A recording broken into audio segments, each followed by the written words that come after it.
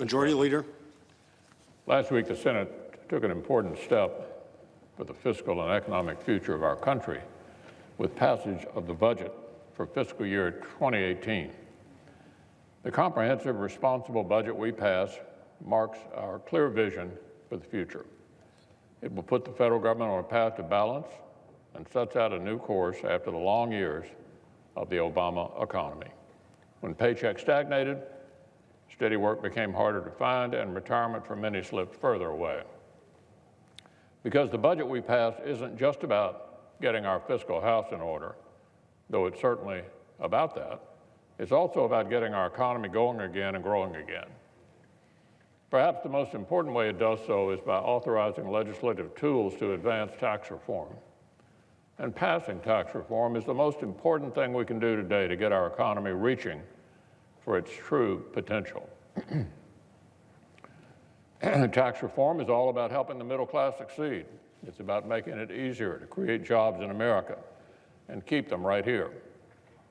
If you had to summarize the effort in one phrase, it's this: tax reform is about taking more money out of Washington's pocket and putting more in yours. More for workers, more for small businesses, more for the middle class. After all, as the President wrote over the weekend, we're not talking about the government's money, we're talking about your money, your hard work. Now, if you look back a few months, many doubted our ability to get a budget done or to advance tax reform. They didn't see the path forward. Those skeptics underestimated our resolve. The Senate has delivered on the budget, and we will soon have the tools to deliver on tax reform. We now look forward to our House colleagues' continued consideration and passage of the budget.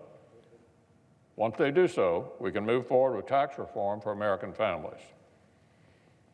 Now, for Americans who've suffered through years of uncertainty, everything from recession to outsourcing to unemployment, we are ready to deliver for you. For those who watched opportunity recede, while the personal wealth of coastal elites grew beyond comprehension, help is on the way. We want to put more money in your pocket. We want to make retirement a reality for you. We want to get this economy moving the way it should, and tax reform is the key to helping us get there. So I'd like to once again thank Chairman Enzi and the members of the Budget Committee for their important work to get this budget resolution passed. I'd also like to thank the cloakroom staff, the parliamentarians, the clerks, the pages, and the officers of the United States Capitol Police who worked late into the evening to make sure, as they always do, that the Senate runs smoothly. Thanks also to Chairman Hatch and the members of the Finance Committee. And we now look forward to their continued good work on development of the kind of tax relief that will get our economy truly moving again. Now, on another matter, the Senate remains committed to doing its part to support the ongoing hurricane relief efforts. And to that end, today we'll take a vote to advance the administration's most recent supplemental funding request. These resources will ensure that FEMA and the rest of the administration have the ability to continue their crucial support to help those impacted by devastating storms. Like many colleagues, I've been engaged on this issue from the very start through several meetings with the leaders from Puerto Rico and the U.S. Virgin Islands. I've gotten the opportunity to hear firsthand how the Senate can help support their relief efforts.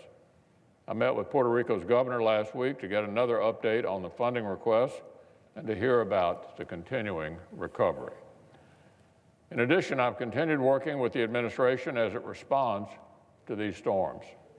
For instance, after the devastation of Hurricane Harvey, I met with the Department of Homeland Security's acting secretary to learn more about what would be needed.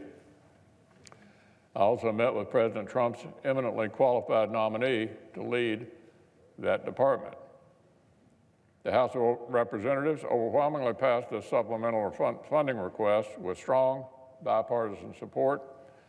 Now it's our turn to act, and as we all know, the administration will continue to actively review hurricane relief and recovery needs.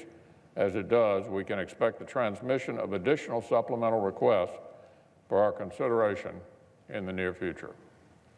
The victims of these hurricanes continue to count on our support and I look forward to the Senate continuing to do its part to help.